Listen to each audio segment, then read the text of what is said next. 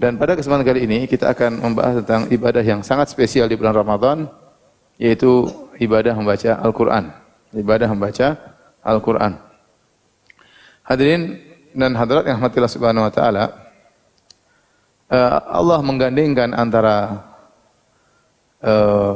Al-Quran dengan Ramadan dengan puasa dalam satu ayat kata Allah subhanahu wa ta'ala, Syahrul Ramadan alladhi unzila fihi al-Quran hudal linnasi bayyinati minal huda wal furqan faman syahida minkumus syahra falyasum.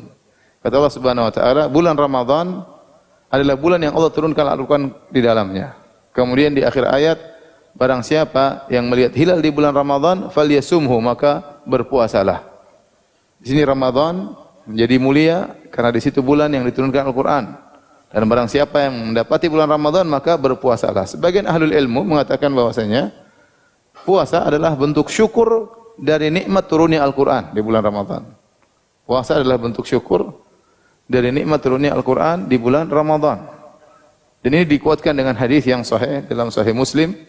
Waktu Nabi SAW ditanya tentang puasa, wa su'ila an siyami yaumil itsnain, Nabi ditanya kenapa anda senantiasa berpuasa di hari Senin? Kata Nabi SAW, dzaka yaumun wulidtu fihi wa yaumun unzila alayya au bu'ithu fihi. Kata Nabi SAW, aku berpuasa hari Senin karena di situ hari aku dilahirkan dan disitulah Al-Quran turun kepadaku. Jadi seakan-akan Nabi bersyukur dengan lahirnya beliau sebagai nikmat bagi umat manusia, lahirnya seorang Nabi, dan juga dia bersyukur berpuasa hari Senin karena hari tersebut Al-Quran turun kepada beliau. Ya, jadi salah satu bentuk syukur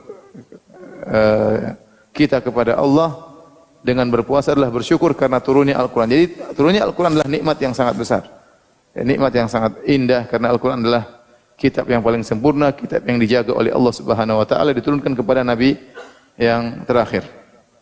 Hadirin dan hadirat yang Allah Subhanahu wa taala, oleh karenanya para salaf mereka dahulu begitu perhatian terhadap Al-Quran terutama di bulan Ramadan. Sebelumnya Nabi SAW juga sangat perhatian dengan Al-Quran. Jibril alaihissalam setiap bulan Ramadan datang mengajarkan Al-Quran kepada Nabi SAW. Tadi hadis yang saya sebutkan dari Ibn Abbas, karena Nabi SAW ajwadan nas wa kana ajwad ma yakun fi Ramadan. Nabi adalah orang yang paling dermawan dan di puncak dermawannya tatkala bulan Ramadan. Hina yalqahu Jibril. Tatkala Jibril bertemu dengan Nabi Muhammad SAW, fayudarisuhul Quran, dan Jibril mengajarkan Al-Quran kepada Nabi SAW. Wa kana ya'tihi fi Ramadan fi kulli lailah, dan Jibril datang kepada Nabi untuk mengajari Al-Quran setiap malam. Wala Rasulullah SAW ya ajwadu minal rihil mursalah ya. Maka sungguh Rasulullah SAW itu lebih sangat dermawan daripada angin yang berhembus ya. Kata sebagian ulama bahwasanya tatkala Jibril datang kepada Nabi kemudian tiap malam baca Al-Quran, maka Nabi semakin dermawan karena semakin tinggi keimanan Nabi SAW tatkala membaca ayat-ayat Al-Quran tersebut, mengingatkan tentang akhirat ya, dan menjelaskan tentang hinanya dunia ini sehingga ringan bagi Nabi perkara-perkara dunia, maka beliau semakin lagi dermawan, semakin lagi berbuat kebaikan kepada masyarakat, bahkan kebaikan beliau lebih cepat daripada ar-rihil mursalah, daripada angin yang berhembus. Kita tahu angin berhembus, cepat berhembusnya dan cepat tersebarnya. Dan kebaikan Nabi digambarkan oleh Ibn Abbas lebih cepat dan lebih tersebar daripada angin yang berhembus. Ini menunjukkan pengaruh Al-Quran terhadap Nabi SAW. Ya. Oleh karenanya seorang kalau baca Al-Quran, apalagi dia paham maknanya, seharusnya dia lebih semangat lagi untuk ibadah-ibadah yang lainnya. Terutama masalah sedekah, akan ringan bagi dia untuk bersedekah karena dia tahu dunia ini hanyalah sementara akan dia tinggalkan. Dan itulah yang diamalkan oleh para salaf.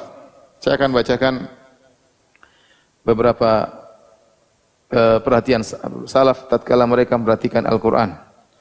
Di antaranya Al-Aswad ya, kata Ibrahim An-Nakhai, beliau berkata, "Kana Al-Aswad yakhtimul Quran fi Ramadan fi kulli lailataini." Adalah Al-Aswad rahimahullahu taala, beliau menghatamkan Al-Quran di bulan Ramadan setiap 2 malam. Setiap 2 malam khatam, setiap 2 malam khatam. Wa kana Qatadah bin Da'am as-Sadusi, seorang tabi'in, yakhtimul Qur'an fi saba'. Dia menghatamkan Al-Qur'an setiap 7 hari. Ini kebiasaan dia di luar bulan Ramadan. Fa idza jaa Ramadan, jika datang bulan Ramadan, khatama fi kulli thalath. Maka dia setiap 3 hari khatam Quran. Fa idza jaa al-ashr, kalau sudah tiba 10 hari terakhir, khatama fi kulli lailah. Setiap malam khatam Quran.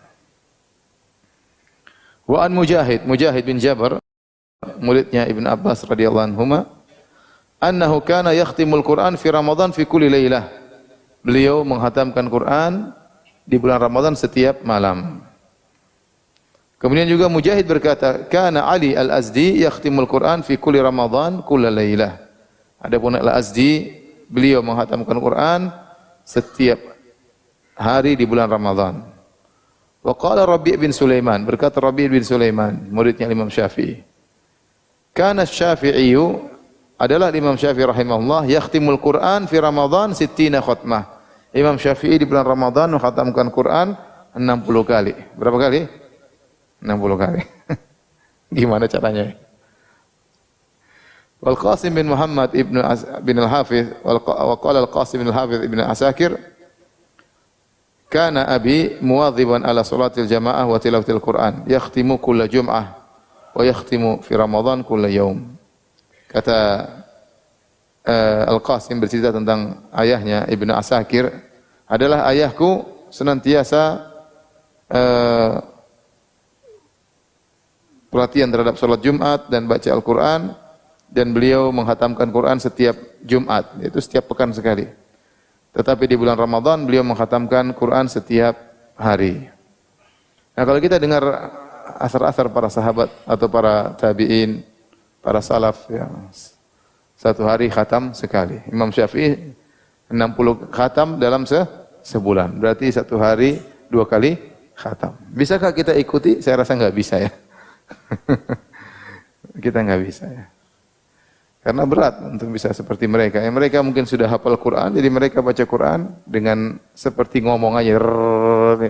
Sehingga kemudian Allah beri berkah pada waktu, Allah beri berkah terhadap mereka ya. Kita mau niru mereka ya, sudah susah. Pertama karena lemahnya iman ya. Ini jelas ya, karena lemahnya iman ya. Yang kedua karena kondisi yang kita cari dalil ya, kondisi kurang memungkinkan. Safar yang jauh, WhatsApp grup yang banyak, grup WhatsApp ya, banyak. Dan berbagai macam ya. Nah, ini semua dalil bagaimana perhatian para salaf terhadap Al-Quran. Bahkan Imam Malik rahimahullahu ta'ala, kalau sudah tiba bulan Ramadan, akbal Al-Quran. Dia tutup majelis hadisnya untuk perhatian membaca Al-Quran. Dari sini sangat dianjurkan seorang untuk paling tidak sebulan dia menghatam Quran. Sekali ya. Apakah hukumnya wajib? Jawabnya tidak wajib. Tetapi dia berusaha. Dia berusaha. Kalau dia mampu, alhamdulillah. Kalau tidak mampu, tidak ada masalah. Yang penting dia berusaha. Karena bisa jadi seorang tersibukkan dengan hal-hal juga yang bermanfaat yang lainnya. Karena ibadah di bulan Ramadan bukan cuma baca Quran. Ya, tetapi di antara ibadah yang sangat mulia, sangat dianjurkan adalah membaca Al-Quran. Ya. Karenanya disebutkan Nabi SAW di bulan Ramadan, beliau menghatam Quran bersama Jibril sekali. Tatkala di penghujung hayat beliau, tatkala beliau akan meninggal dunia, maka Jibril datang mengajarin Al-Quran kepada Nabi sampai dua kali. Seakan-akan Nabi 2 kali khatam. Ya. Berarti Nabi ada kegiatan-kegiatan yang lain. Nabi ada kegiatan-kegiatan yang lain. Ya. Ya, kalau seorang tidak ada kegiatan, dia perbanyak baca Al-Quran. Al-Imam Nawawi rahimahullahu ta'ala berkata, wal ikhtiyaru anna dhalika yakhtalifu bi ikhtilafil ashkhas. Yang jadi pilihan dalam masalah khatam Quran tergantung dengan kondisi masing-masing orang. Faman kana yadhhar lahu bi daqiqil fikr wa lataif wa ma'arif falyaqtis ala qadrin yahsul lahu kamalu fahmi ya ma yaqra'uhu. Barang siapa yang dia dengan merenungkan kemudian nampak ya berbagai macam makna-makna Al-Quran, rahasia-rahasia Al-Quran, maka dia cukupkan, dia butuh merenungkan. Maka tidak usah baca cepat-cepat seperti itu, kata Imam Nawawi. Masing-masing orang beda-beda. Ya. Kalau kita bicara Imam Syafi'i, mereka memang sudah tahu Quran dan segala tafsirnya. Sehingga mereka baca cepat pun mereka langsung bisa memahami makna dan kandungannya. Tapi kalau kita yang bahlul-bahlul seperti ini ya, tidak bisa kita langsung kita tidak. Karena mereka mungkin sudah khatam Quran berapa ratus kali, mereka sudah baca tafsir, mereka sudah ngerti apa maksud ayat ini. Maksud ini mereka tatkala baca Quran itu langsung begitu tafsirnya langsung terbayang di benak mereka dengan mudah. Tapi kata Imam Nawawi, kalau seorang harus merenung, berfikir agar bisa nampak keindahan Quran, kemudian makna-makna Al-Quran, maka dia cukup, jangan terburu-buru. Wa kadza, demikian juga, wa kadza man kana masyghulan bi nasril ilm, demikian juga orang yang sibuk berdakwah, ghairihi min muhimmatid din, atau urusan-urusan lain tentang urusan agama. Mungkin ada yang sibuk bantu orang lain, ada yang sibuk berbakti sama orang tuanya sehingga menghalangi dia dibaca Al-Quran. Wa masalihil muslimin, ada juga sibuk untuk kepentingan kaum muslimin. Ada dokter harus mengobati orang-orang sakit, ya. Enggak mungkin kita bilang dokter berhenti dulu, udah baca Quran. Semua pasien nanti habis Ramadan. Habis Ramadan sekian banyak yang mati. Enggak, ini masing-masing orang ya. Falyaqtasir ala qadrin la yahsulu bisababi ikhlalun bima huwa mursadin lahu. Wa illam yakun min haula'il madhkurin falyastakthir ma amkanahu min ghairi khurujin ila haddil malal wal hadramah. Kata Imam Nawawi, intinya seorang berusaha jangan sampai dia terburu-buru ya sampai akhirnya dia tidak mendapatkan makna dari Al-Qur'an. Kalau dia tidak termasuk dari orang-orang yang tadi, dia tidak sibuk dakwah, dia tidak sibuk ngurusin kaum muslimin, ya. Kemudian ya artinya banyak waktu, maka perbanyak baca Al-Qur'an. Yang penting jangan sampai bosan dan jangan sampai baca terlalu cepat sehingga bercampur satu huruf dengan huruf yang lain. Ya, bercampur satu huruf dengan huruf yang lain juga tidak boleh. Saking cepatnya dolin. Saya lihat ada di makta itu. Ya Allah, orang jadi salat imam. Alhamdulillahirrahmanirrahim maliki yaumiddin kan siratal dolin amin. Lompat ahad Allahu akbar. Ini apa yang dia baca gitu. Saya sampai berusaha dengar. Ini baca surat apa sih? Ahad, oh kul wallahu ahad berarti. Al-Fatihah saja kita enggak. Ini baca apa tapi tahu dolin, oh berarti Al-Fatihah. Saking cepatnya.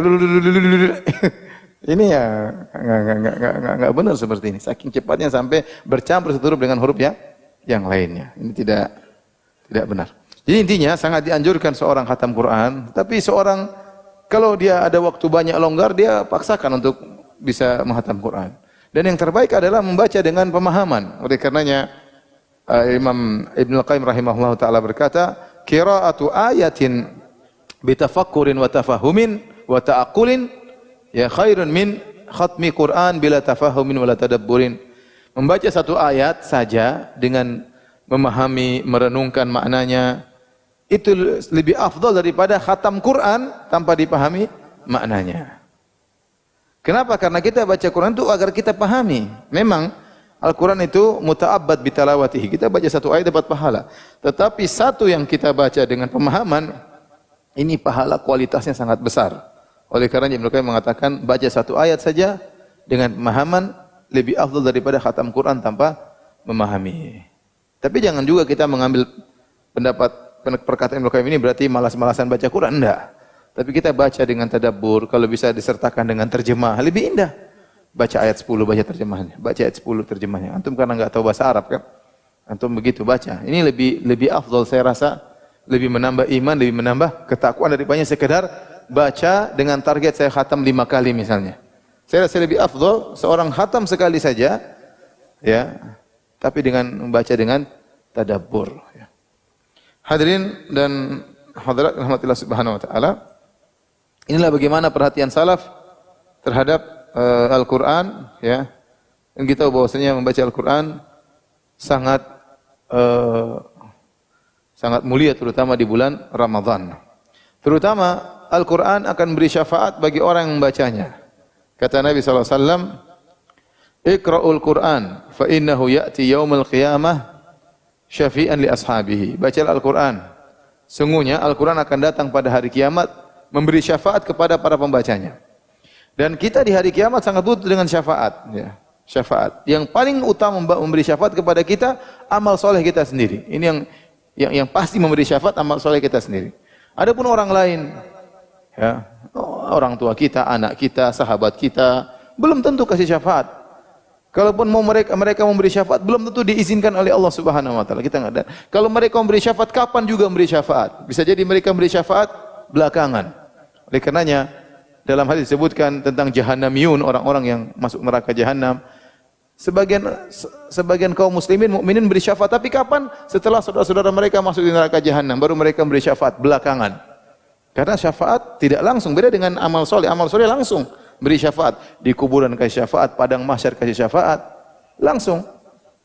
Jadi benar ada namanya syafaat. Kita mungkin dapat syafaat dari anak kita, dari orang tua kita, dari kawan kita, ya, dari murid kita, dari guru kita. Mungkin kalau mereka beri syafaat. Tapi itu semuanya masih kemungkinan. Terus yang kedua, mungkin mereka memberi belum tentu diizinkan oleh Allah Subhanahu wa taala. Mungkin kalau diizinkan, mungkin belakangan. Enggak tahu apa yang telah menimpa kita, baru kemudian datang syafaat belakangan. Itu pun kalau dapat. Tapi kalau amal saleh langsung beri syafaat.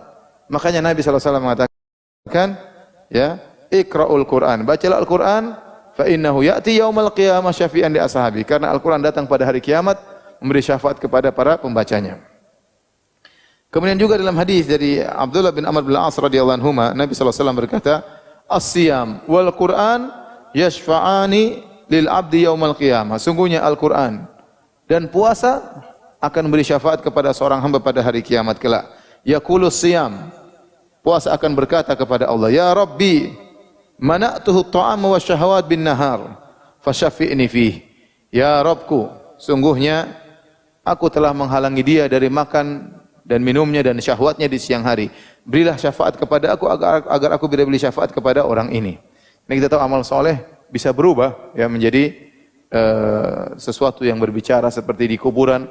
Dalam hadis yang panjang, hadis Al-Bara' bin Azib radhiyallahu anhu tentang seorang kalau ruhnya keluar dari jasadnya, dia waktu dimasukkan dalam kuburan, maka datang seorang yang hasanul wajh, kemudian wajahnya indah, tampan, penuh bau yang harum. Maka ditanya, "Man anta, siapa engkau?" "Ana amaluka salih." Aku adalah amal salehmu selama di dunia. Datang dalam bentuk manusia amal saleh tersebut. Aku adalah bacaan Qur'anmu, aku adalah berbakti pada orang tuamu, aku adalah salat malammu, aku adalah sedekahmu. Semuanya didatangkan dalam bentuk seorang wajah yang tampan. Sebaliknya tatkala orang pelaku kemaksiatan, maka akan datang seorang wajahnya mengerikan, bau dan yang lainnya. Itu adalah amal keburukan yang menjelma menjadi manusia. Nah, puasa akan datang berbicara dengan Allah pada hari kiamat kala. Dia berkata, "Ya Rabbi, mana'tuhu minat ta'am wasyahawati bin nahar, fasyafi'ni fih." Ya Allah, aku telah menghalangi dia untuk bisa makan di siang hari, minum di siang hari. Harusnya dia bisa makan minum. Aku menghalangi dari syahwatnya, dia harus tidak bisa mendatangi istrinya di siang hari. Fasyafi'ni fih, maka berilah syafaat kepadaku. Bila izin kepada aku agar aku beri syafaat kepada orang ini. Itu puasa. Al-Quran juga berbicara. Wa yaqulul Quran. Al-Quran berkata, "Mana'tuhu nauma bil lail fasyafi'ni fih." Ya Allah, aku telah mencegah dia dari tidur di malam hari. Maka izinkanlah aku beri syafaat kepada hamba ini. Nabi SAW berkata, "Fayusyaffi'an." Maka akhirnya keduanya, puasa dan Al-Quran, memberi syafaat. Dari hari kiamat ya. Hari yang sangat mengerikan yang kata Allah, "Yauma yafirul mar'u min akhihi ummihi wa abihi wa sahibatihi wa banihi likulli imri'in minhum yauma idzin sya'nu yughni." Hari di mana ya seorang ya akan lari dari saudaranya, seorang akan lari dari ayahnya, dari ibunya, dari anaknya, dari istrinya. Mungkin ditinggalkan oleh orang-orang kita ini. Masing-masing sibuk. Orang tidak akan bertanya mana ibu saya, mana bapak saya, semua masing-masing sibuk. Mana kawan saya ya. Mana teman saya di Duku Bima, enggak ada, udah kabur semuanya. Ya, nanti belakangan baru mungkin kasih syafaat, belakangan tidak langsung. Ya, tidak langsung. Hari yang sangat mengerikan. Yang langsung beri syafaat amal soleh, di antaranya Al-Qur'anul Karim. Maka seorang berusaha sering baca Al-Qur'an karena Al-Qur'an akan beri syafaat bagi orang yang sering membacanya.